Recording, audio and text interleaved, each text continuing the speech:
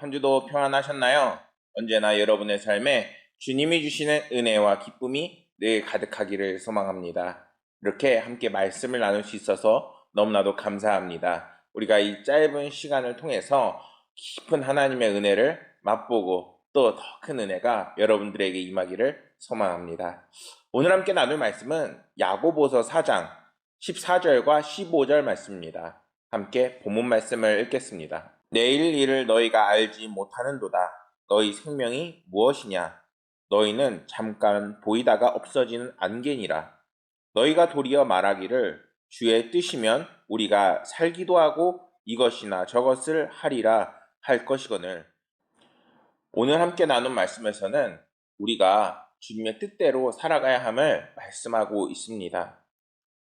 오늘날 말씀을 들으면서도 잘 받아들이지 못하는 사람들이 있어요. 근데 그 사람들이 그렇게 말씀을 받아들이지 못하는 이유가 무엇일까요? 그 이유는 하나님의 말씀이 자기가 느끼기에 또 자기가 판단하기에 잘 맞지 않다라고 여기는 부분들이 많기 때문입니다. 그런데 우리가 한 번 더 생각해 보면은 왜 하나님의 말씀이 잘 우리의 삶에 맞지 않는다고 여겨질까요? 2000년 전에 쓰여서 먼 곳에서 쓰여서 그 말씀이 우리 가운데 적용이 안 되는 것일까요?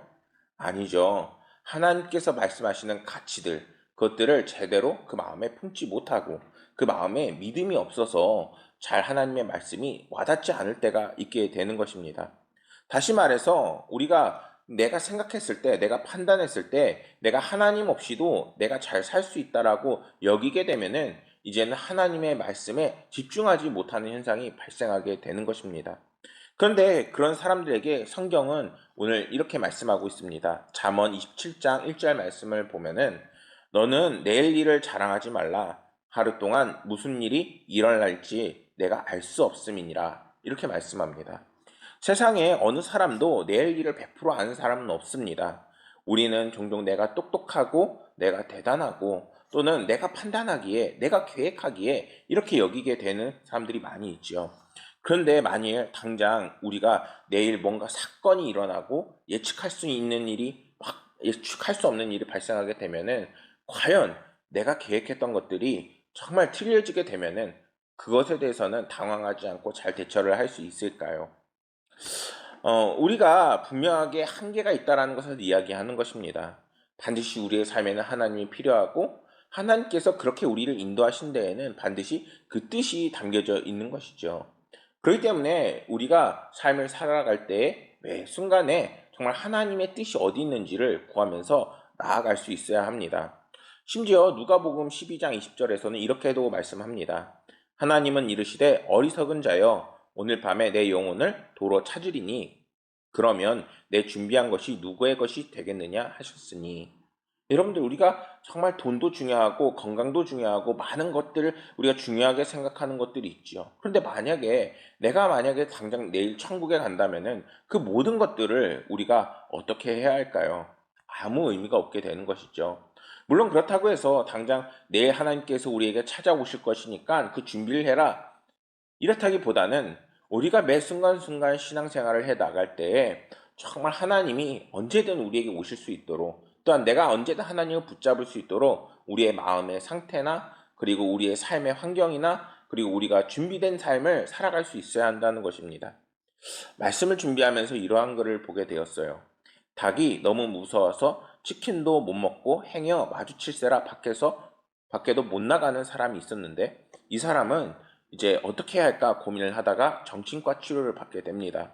오랜 상담 끝에 그는 자신이 닭 모이가 아니라는 것을 깨닫게 됩니다. 그래서 발걸음도 가볍게 문을 열고 병원 바깥으로 나갔는데, 그런데 잠시 뒤에 화들짝 놀라서 다시 뛰어들어오더니 이렇게 이야기를 하는 겁니다.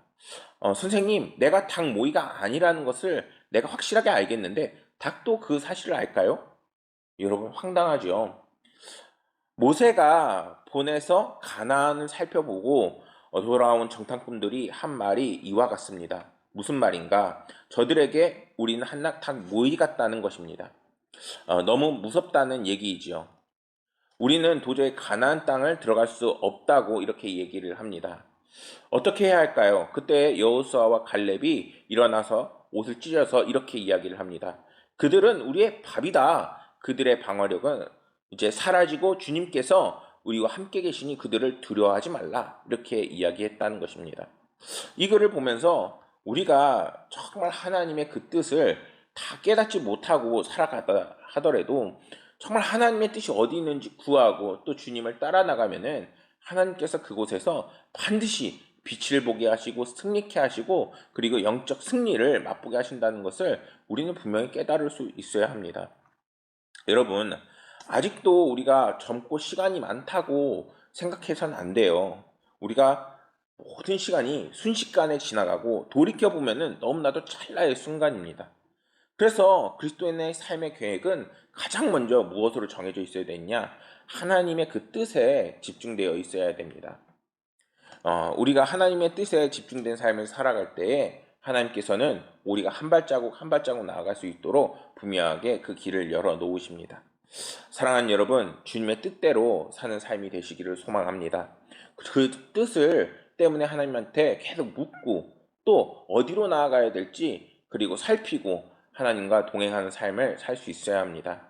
우리가 그러한 삶을 살아 하나님의 뜻대로 살아나가고 또 축복을 받고 하나님께서 넘치는 은혜를 부으시는 모든 삶과 성도들의 삶이 되기를 소망합니다. 기도하겠습니다. 하나님 아버지, 오늘 우리가 주님 뜻대로 살아야 함을 나누었습니다. 우리의 계획과 그리고 우리의 뜻으로는 정말 한 치 앞도 알 수 없고 보지 못하는 것을 깨닫게 됩니다. 하나님 아버지, 이제는 우리가 주님의 뜻대로 살아나가 이제는 하나님께 영광을 올리고 하나님께 기쁨이 되고 하나님의 뜻이 우리의 삶에서 이루어지는 놀라운 역사가 있게 하여 주옵소서. 모든 뜻이 하나님의 뜻대로 이루어지길 원하오며 모든 말씀 우리 구주 예수 그리스도 이름으로 기도드렸습니다. 아멘.